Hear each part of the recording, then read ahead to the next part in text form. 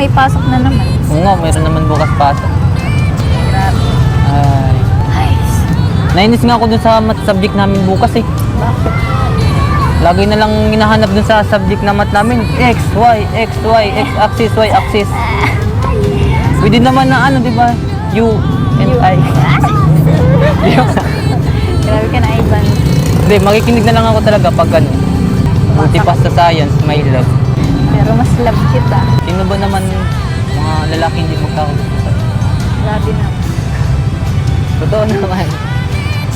Pero naiwas naman ako sa mga lalaki. Yun nga eh. Kasi ikaw lang yung gusto ko.